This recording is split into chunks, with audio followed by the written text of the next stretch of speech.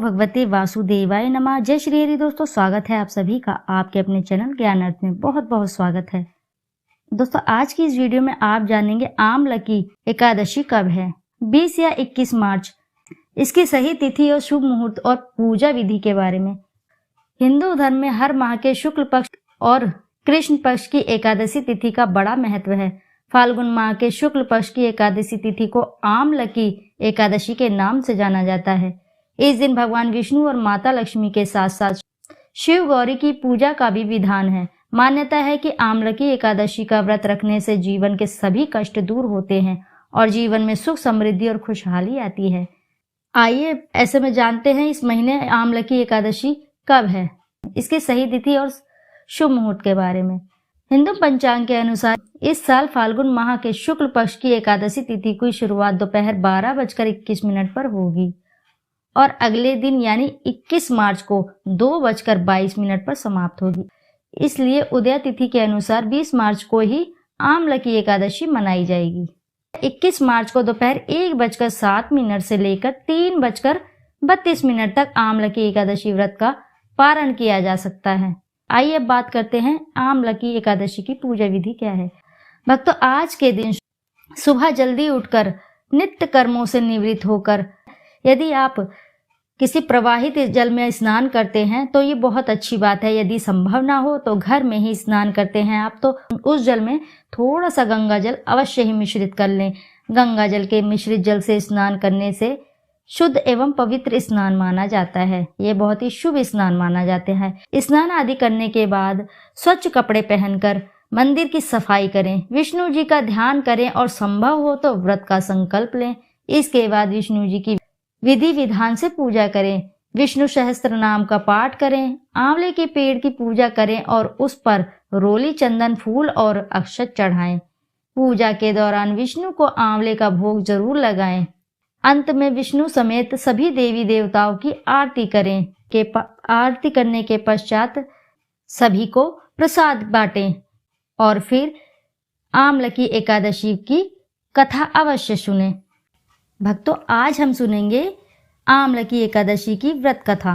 प्राचीन समय में वैदिक नामक एक नगर था। उस नगर में ब्राह्मण, वैश्य, क्षत्रिय, शूद्र चारों वर्ण के लोग प्रसन्नता पूर्वक रहते थे। नगर में सदैव वेद ध्वनि गूंजा करती थी। उस नगरी में कोई भी पापी, दुराचारी, नास्तिक आदि ना था।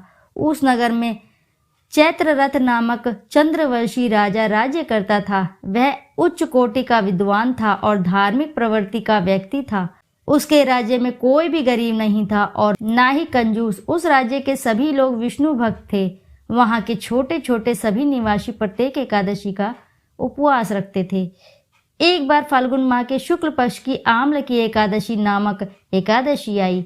उस दिन राजा और प्रत्येक प्रजाजन, वृद्ध से बालक तक ने आनंद पूर्वक उस एकादशी का उपवास किया। राजा अपनी प्रजा के साथ मंदिर में आकर कलश स्थापित करके तथा धूप, दीप, नैवेद्य, पंचरत्न, छत्र आदि से धात्री का पूजन करने लगा।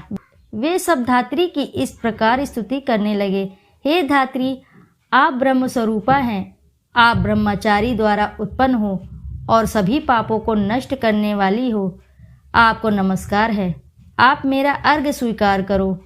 आप श्री रामचंद्र जी के द्वारा सम्मानित हैं। मैं आपसे प्रार्थना करता हूँ कि मेरे सभी पापों का हरण करो। उस मंदिर में रात को सभी ने जागरण किया। रात के समय उस जगह एक बहेलिया आया।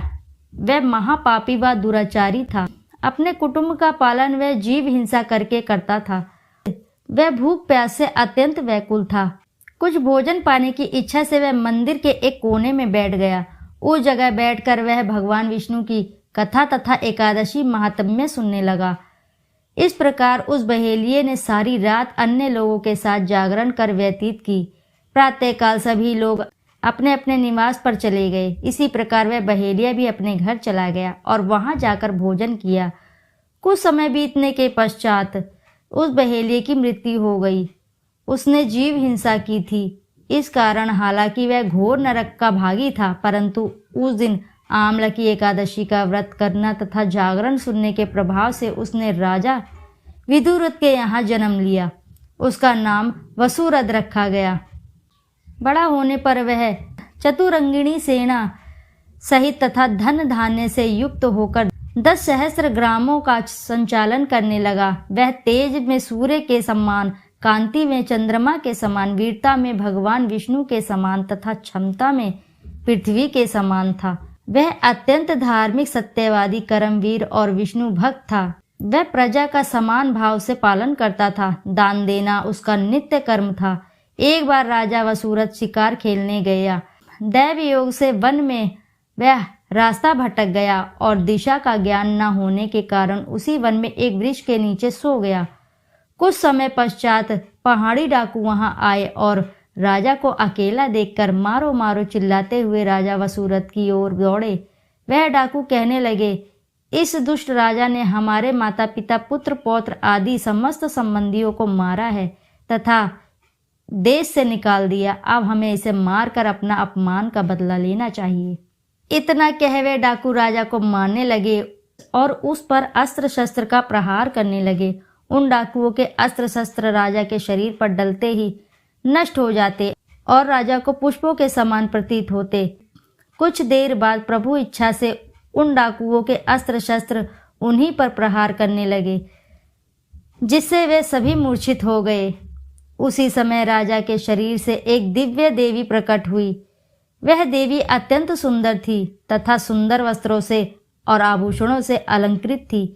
उसकी भ्रिकुटी टेढ़ी थी। उसकी आंखों से क्रोध की भीषण लपटें निकल रही थी। उस समय वह काल के समान प्रतीत हो रही थी। उसने देखते ही देखते उन सभी डाकुओं को समूल नाश कर दिया।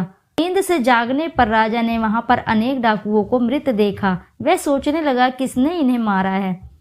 इस वन में कौन मेरा हितैषी रहता है? राजा वसूरत ऐसा विचार कर ही रहे थे कि तभी आकाशवाणी हुई, हे राजन, इस संसार में भगवान विष्णु के अतिरिक्त तेरी रक्षा कौन कर सकता है? इस आकाशवाणी को सुनकर राजा ने भगवान विष्णु को स्मरण कर उन्हें प्रणाम किया। फिर अपने नगर को वापस आ गया और सुखपूर्वक राज्य करने लगा। यह सब आमलकी एकादशी व्रत का ही प्रभाव था। जो मनुष्य एक भी आमलकी एकादशी व्रत करता है वह प्रत्येक कार्य में सफल होता है और अंत में वैकुंठ धाम को पाता है। तो बोलो जय लक्ष्मी नारायण की जय।